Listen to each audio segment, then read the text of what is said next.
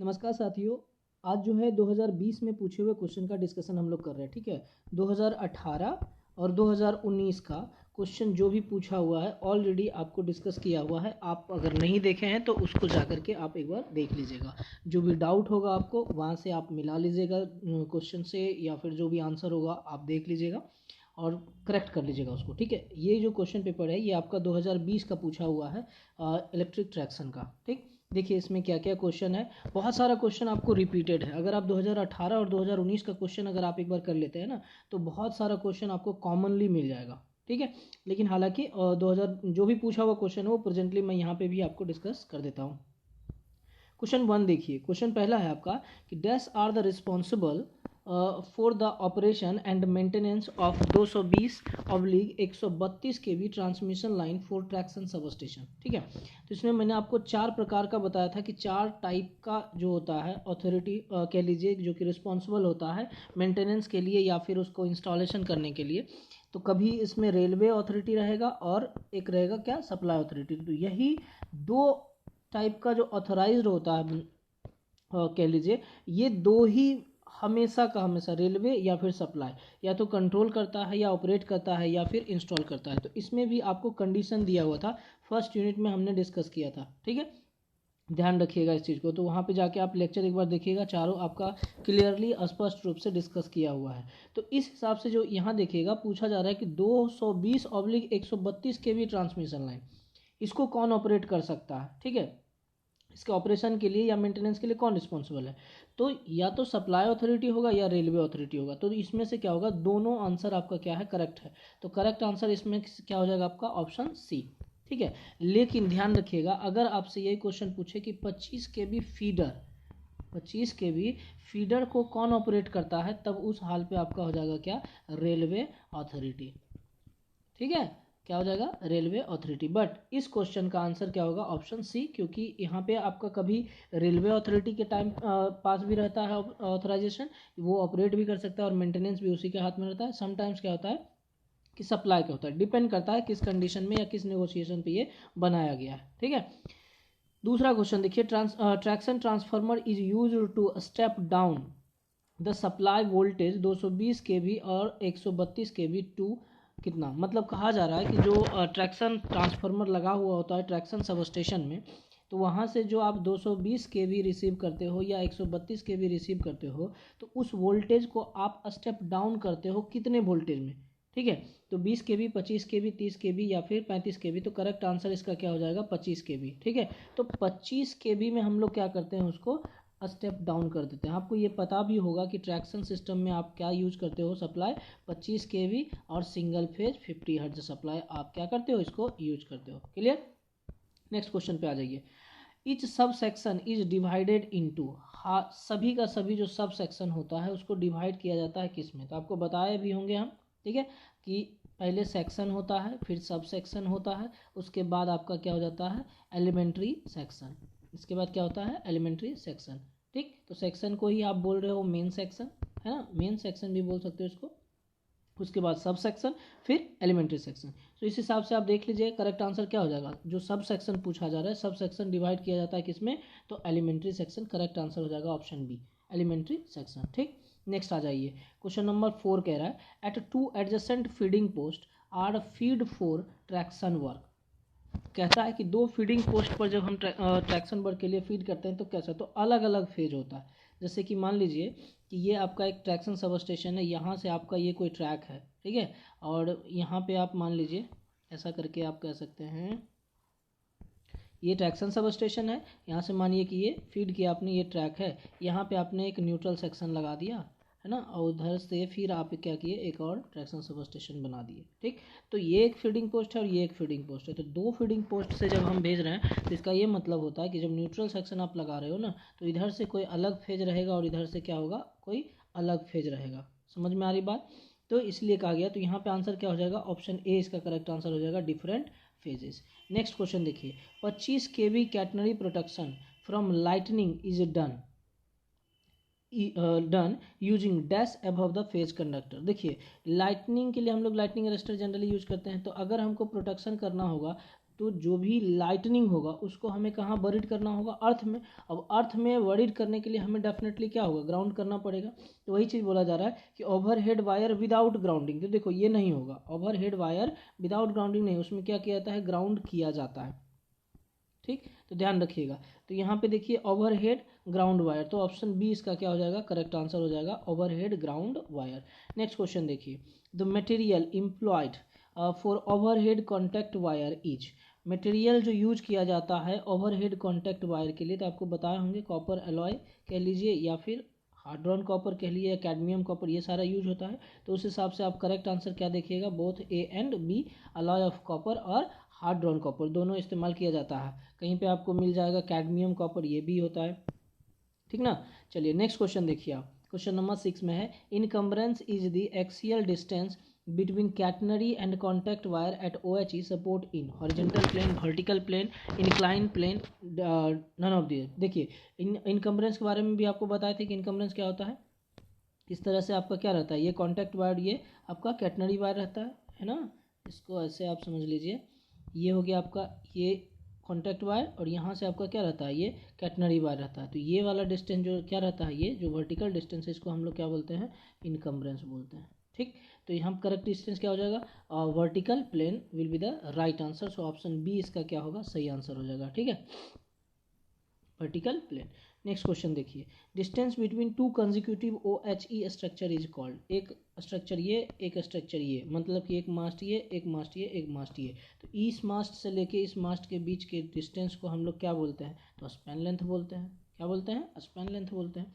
तो correct answer क्या हो जाएगा आपका, ऑप्शन बी है ना, ऑप्शन बी हो जाएगा, स्पैन लेंथ। अब यहाँ पे आपको ये भी मैंने बताया कि टेंशन लेंथ क्या होता है, इनकम्बरेंस तो अभी तुरंत आपको बताया, स्टैगर भी आपको पता होगा। ठीक है, टेंशन लेंथ भी आपको बताया हुआ, ये ध्यान रखिएगा।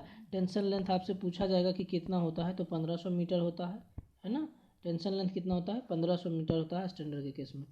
नेक्स्ट क्वेश्चन देखिए, interrupter can be operated through, हमेशा मैंने आपको बोला है जब कभी फर्स्ट यूनिट में आप पढ़िएगा, आप ठीक है फर्स्ट यूनिट पढ़िएगा, या जब मैं आपको सब स्टेशन वगैरह के बारे में बता रहा था, तो उस टाइम मैंने आपको बताया होगा कि इंटरप्टर जो होता है रिमोट कंट्रोल सेंटर द्वारा आपको ऑपरेट किया जाता है, मतलब रिमोट कंट्रोल के द्वारा क्या किया जाता है, इसको ऑपरेट किया जाता है।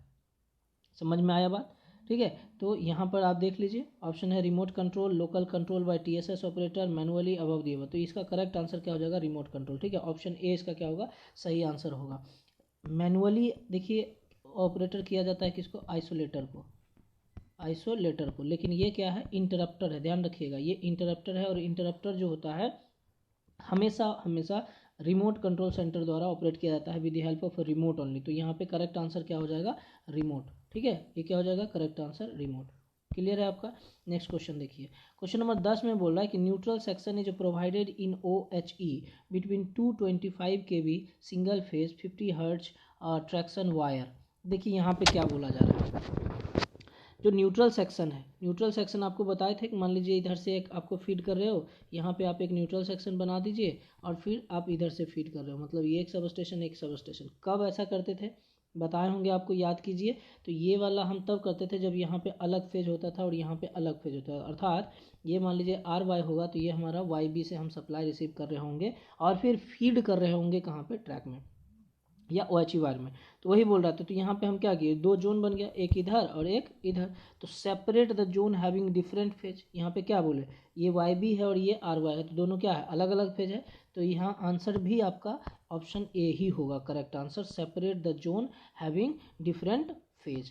क्लियर है आपका यहाँ पे, ठीक है। और ऑप्शन देख लीजिएगा, उस हिसाब से हम लोग कर, यहाँ पे देखिए फिर इंक्रीज द करंट कैपेसिटी बोल रहा है, और minimum the voltage drop in OHE conductor all of दिए अबव। ठीक है, तो ये उसी का है, जो न्यूट्रल सेक्शन बनाया जाता है उसी का ये ऑप्शन है, इसको आप देख लीजिएगा, इस तीनों में कोई सा सही नहीं है, तो ऑप्शन ए ही दिया हुआ है इसका भी correct answer.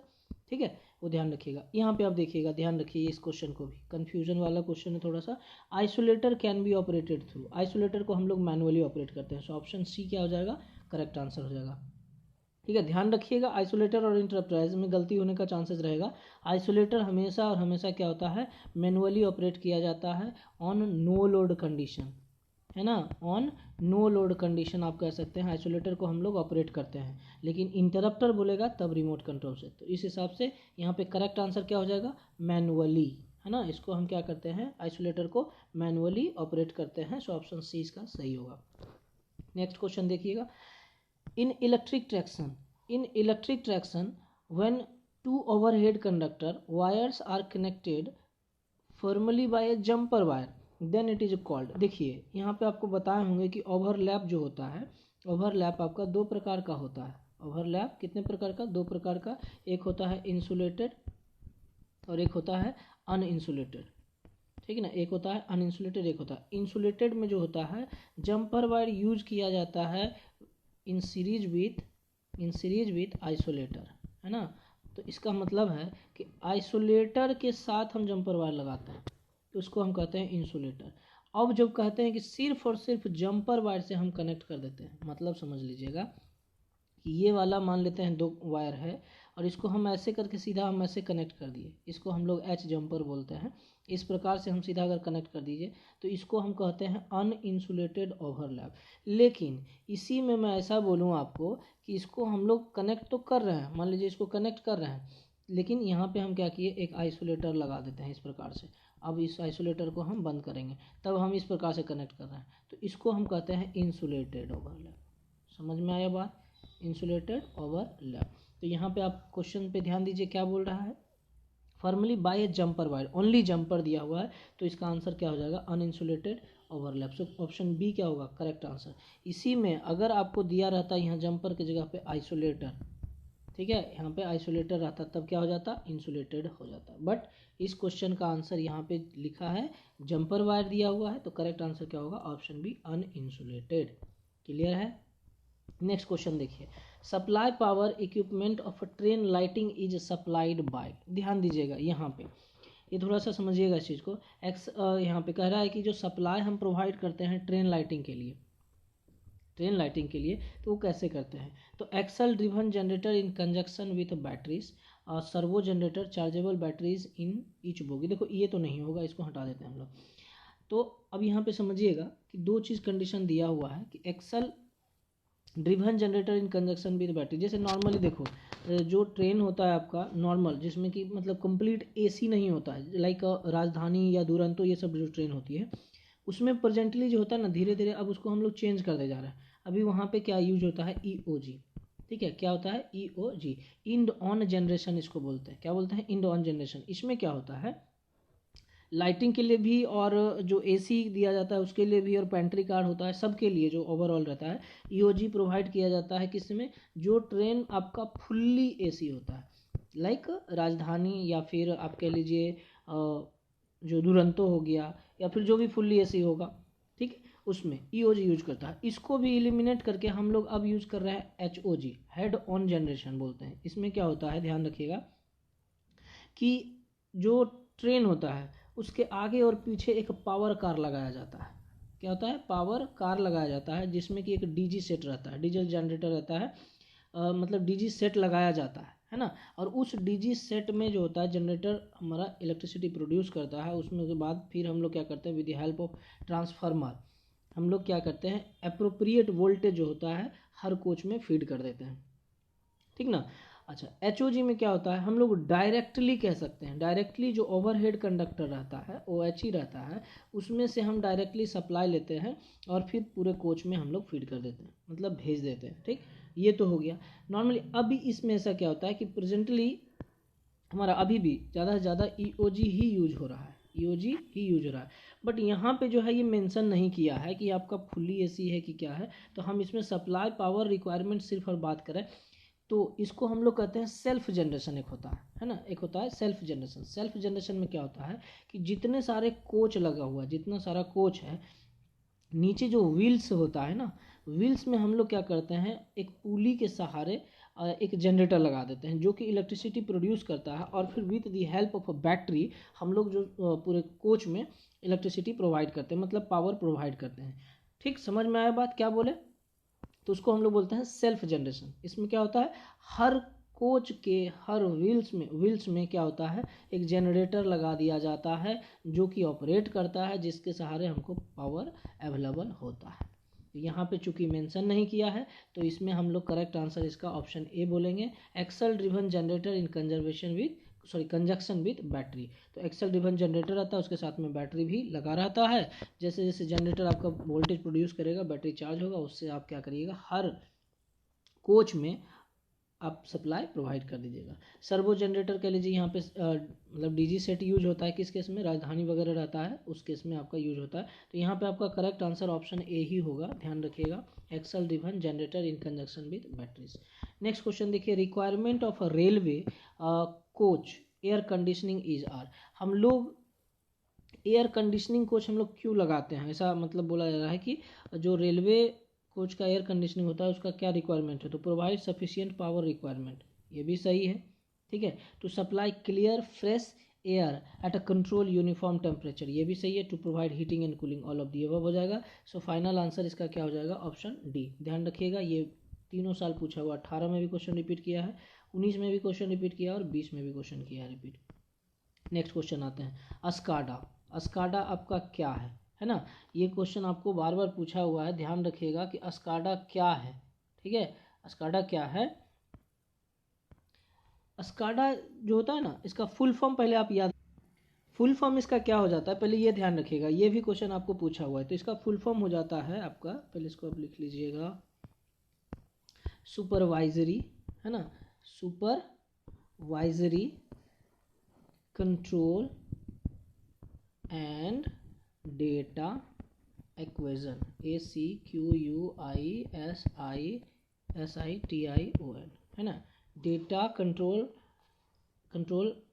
Supervisory control and data acquisition system, ठीक है, इसका यही फुल फॉर्म होता है। क्लियर, तो पहले तो ये ध्यान रखिएगा इसका फुल फॉर्म, वंस अगेन आप रिपीट कर लीजिएगा, लिख लीजिएगा, supervisory control and data acquisition system. देखिए पूछा जा रहा है कि ये होता क्या है, सॉफ्टवेयर है, प्रोसेस है, सिस्टम है या हार्डवेयर। देखिए इसका करेक्ट आंसर सिस्टम ही होगा, क्योंकि ये जो स्काडा होता है ये एक हार्डवेयर और सॉफ्टवेयर मिला के बनाया होता है ना, हार्डवेयर और सॉफ्टवेयर क्या होता है, मिला के बना होता है। एक कह लीजिए कि एक कंप्यूटर रहता है, उसमें आप प्रोसेस सॉफ्टवेयर भी डाला रहता है उसमें, और इसको हम लोग क्या करते हैं, ऑपरेट करते हैं, ठीक। तो ये हमारा क्या हो जाता है, सिस्टम ही होता है आपका, ठीक है। चलिए नेक्स्ट क्वेश्चन हम लोग देखते हैं। नेक्स्ट क्वेश्चन है, यहाँ पे देखिएगा, dash colour light indicates to get ready to find next signal, ठीक है। तो यहाँ पे आप कौन सा कलर बता रहा है कि आप नेक्स्ट सिग्नल तक आप जा सकते हैं, तो रेड देखिए आपको क्या बताता है, stop, yellow proceed with precaution, proceed with precaution, green मतलब क्लियर लाइन है आपका, है ना, क्लियर लाइन, ब्लू कोई साइन नहीं होता है। तो यहाँ पे देखिए करेक्ट आंसर इस हिसाब से हमारा क्या हो जाएगा, ऑप्शन बी, येलो, ठीक है। यही बता रहा है हमारा कि प्रोसीड कीजिए, आप आगे बढ़िए, नेक्स्ट स्टॉप जो है, नेक्स्ट सिग्नल, स्टॉप नहीं, नेक्स्ट सिग्नल को ध्यान में रखते हुए, ठीक है। तो नेक्स्ट क्वेश्चन अब आ जाइए आप।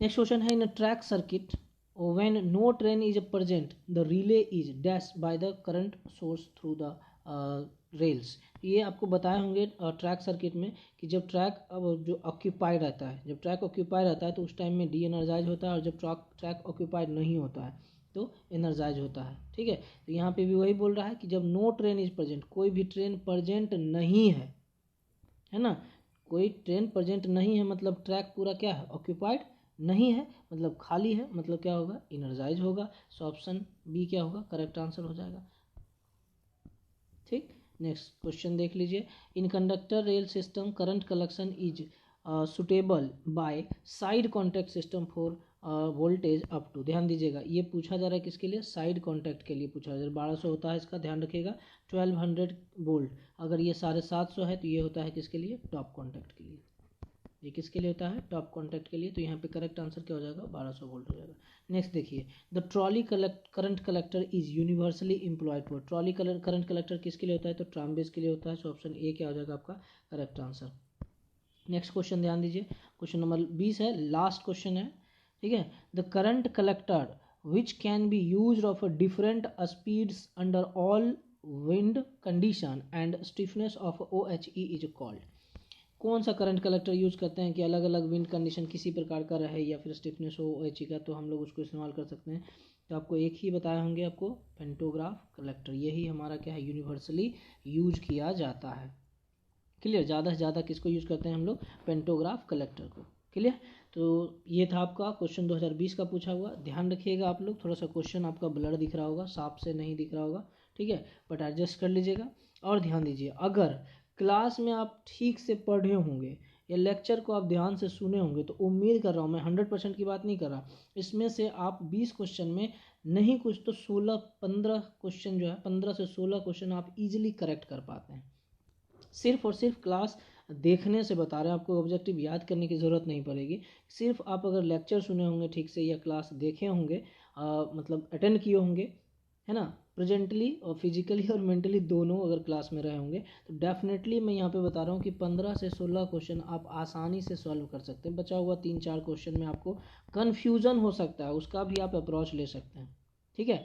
तो ये है क्लास की बात है, क्लास पे इसलिए क्लास में अगर पढ़िए, ध्यान से पूर्वक पढ़िएगा, तो ये ऑब्जेक्टिव फिर आपको ना किसी से मांगने की आवश्यकता होगी और ना ही आपको कोई कन्फ्यूजन होगा कि हाँ कुछ गलत है या कुछ, मतलब जो गलत है तो वो गलत ही आप मार के आइएगा, उसको भी आप क्या कर सकते हैं, करेक्ट कर सकते हैं। क्लियर? चलिए, तो ये हुआ आपका 2020 का क्वेश्चन समाप्त हुआ। और हाँ, जो क्वेश्चन सब्जेक्टिव में लिखा हुआ है ना, उस सब्जेक्टिव क्वेश्चन को आप एक बार खुद से उसका आंसर लिखिए, है ना, उसका आंसर खुद से एक बार लिखिए। अगर आप एक बार खुद से लिखिएगा ना, तो आपके अंदर एक खुद का कॉन्फिडेंस बिल्डअप होगा और फिर आराम से आप एग्जाम में उसको क्या कर सकते हैं, लिख सकते हैं और अच्छा खासा स्कोर कर सकते हैं। ठीक, तो होप सो आपको समझ में आया होगा और ये कुछ जो क्वेश्चन था यूज़फुल फाइंड किए होंगे कि आपको कुछ फ़ायदा पहुंचा सकता है इसमें। ठीक है, चलिए, तो आज के लिए इतना ही, धन्यवाद।